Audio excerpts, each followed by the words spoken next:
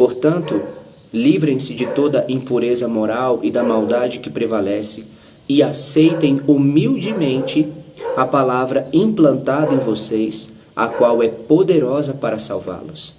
Sejam praticantes da palavra e não apenas ouvintes, enganando vocês mesmos.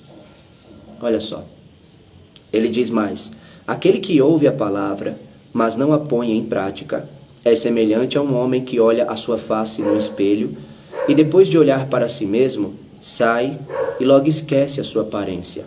Mas o homem que observa atentamente a lei perfeita que traz a liberdade e persevera na prática dessa lei, não esquecendo o que ouviu, mas praticando-o, será feliz naquilo que fizer. Outra coisa também que ele diz aqui no versículo 23, aquele que ouve a palavra, mas não a põe em prática. Ele diz aqui que é semelhante a um homem que olha a sua face no espelho e depois de olhar para si mesmo sai e logo esquece a sua aparência. Ou seja, nós, quando somos apenas ouvintes da palavra e não praticantes, ao ouvirmos a palavra, estamos ali atentos, prestando atenção. Mas porque nós não pomos em prática, então logo nós esquecemos da palavra. Mas por que nós logo esquecemos da palavra? Pelo fato de não colocar em prática. Porque primeiro nós apenas ouvimos e não recebemos. Porque no versículo de número 21, ele diz: aceitem humildemente a palavra implantada em vocês, a qual é poderosa para salvar as suas almas. A palavra do Senhor diz que ao ouvir a palavra, eu tenho que aceitá-la, eu tenho que recebê-la. E para que eu aceite a palavra e para que eu receba a palavra, eu preciso ser humilde diante de Deus e reconhecer o meu pecado, reconhecer a minha fraqueza e reconhecer que eu preciso, que Deus está falando comigo e eu não posso deixar o orgulho fechar o meu coração e me levar a resistir ao Espírito Santo.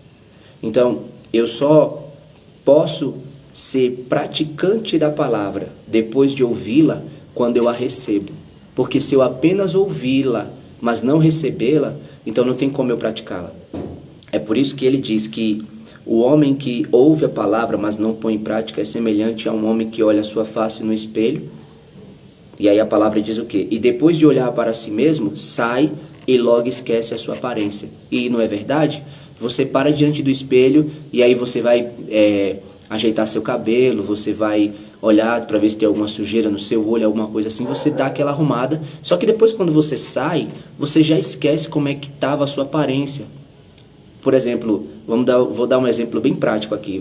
Você tem carro e aí você dá uma olhada para você no espelho da sua casa.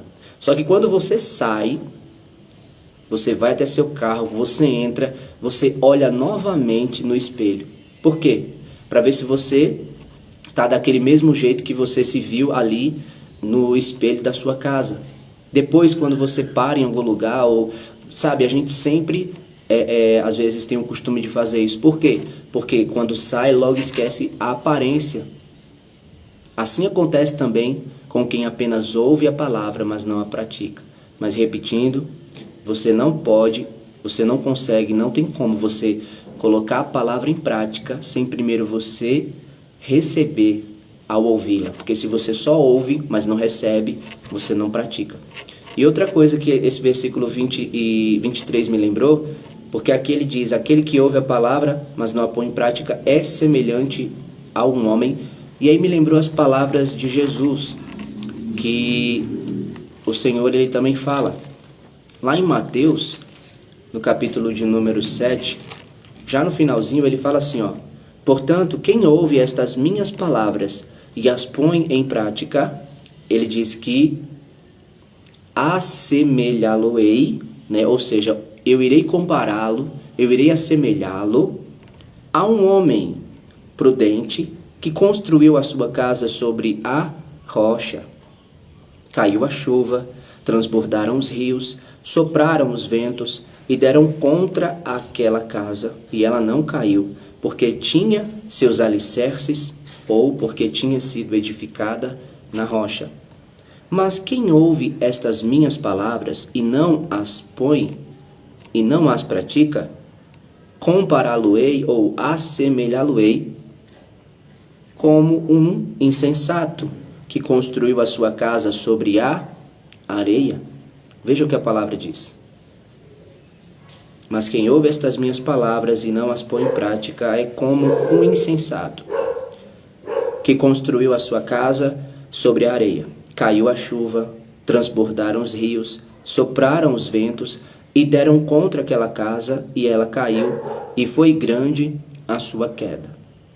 Então perceba que a palavra do Senhor, que Ele nos diz para que a gente receba, para que a gente obedeça, é a palavra que é poderosa para salvar a minha e a sua vida. Inclusive, na segunda carta que Paulo escreveu a Timóteo, lá no capítulo de número 3, no versículo de número 14, a partir do 12, ele diz assim: de fato, todos os que desejam viver piedosamente em Cristo Jesus serão perseguidos.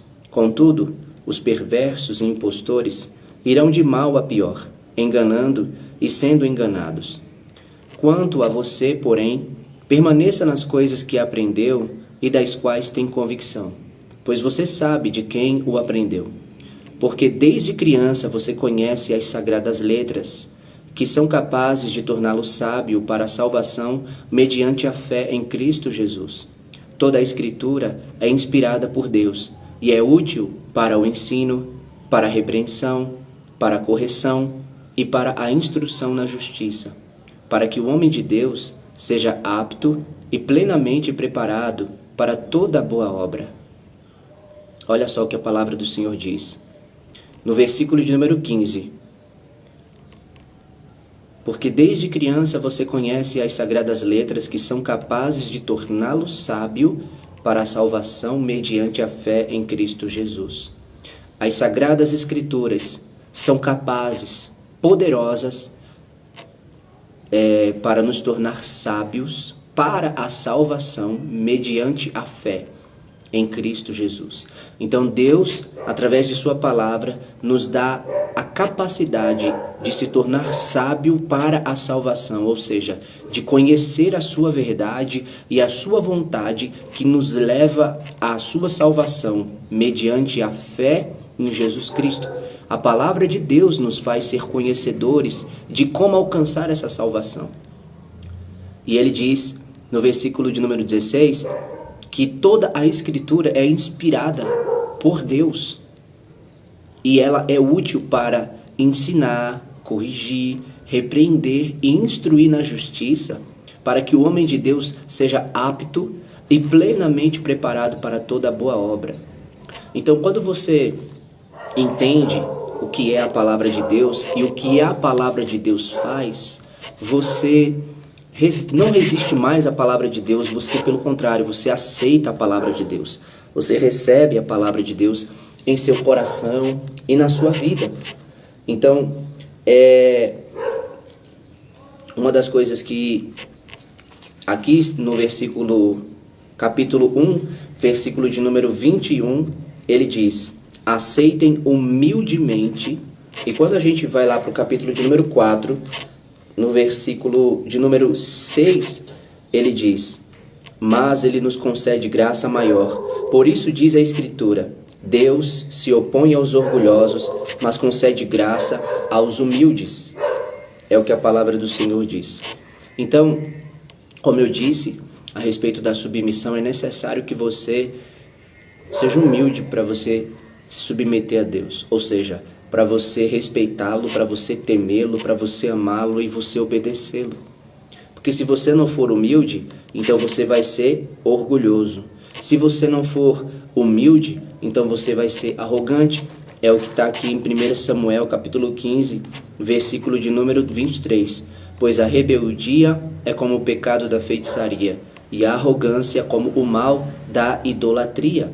Assim como você rejeitou a palavra do Senhor, ele o rejeitou como rei. Então perceba que houve uma rejeição da palavra de Deus.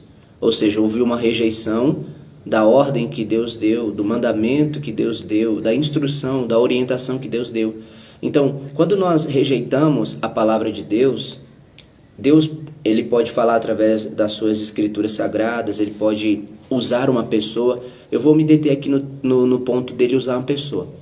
Quando Deus, ele usa uma pessoa para falar com a gente, normalmente, às vezes a gente pensa que aquilo vem da própria pessoa, né?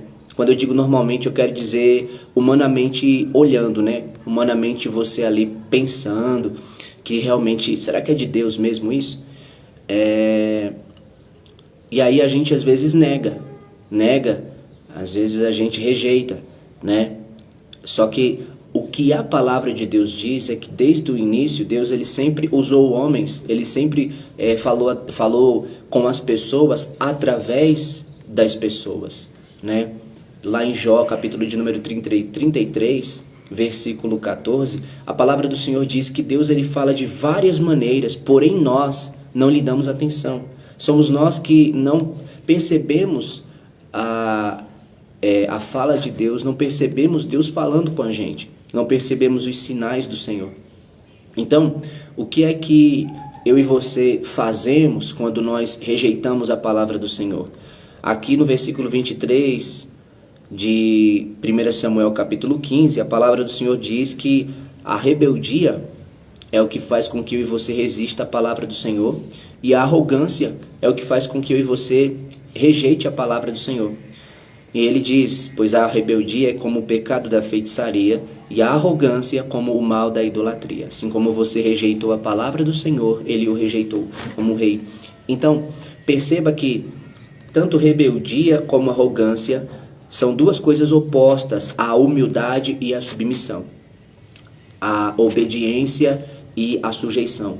Então, o que é que eu e você precisamos fazer para que a gente possa se submeter a Deus? Nós precisamos ter temor do Senhor em nosso coração e não ser sábio aos nossos próprios olhos. O conselho de Deus para a nossa vida é exatamente esse, como ele diz aqui em Provérbios capítulo 3. Olha só.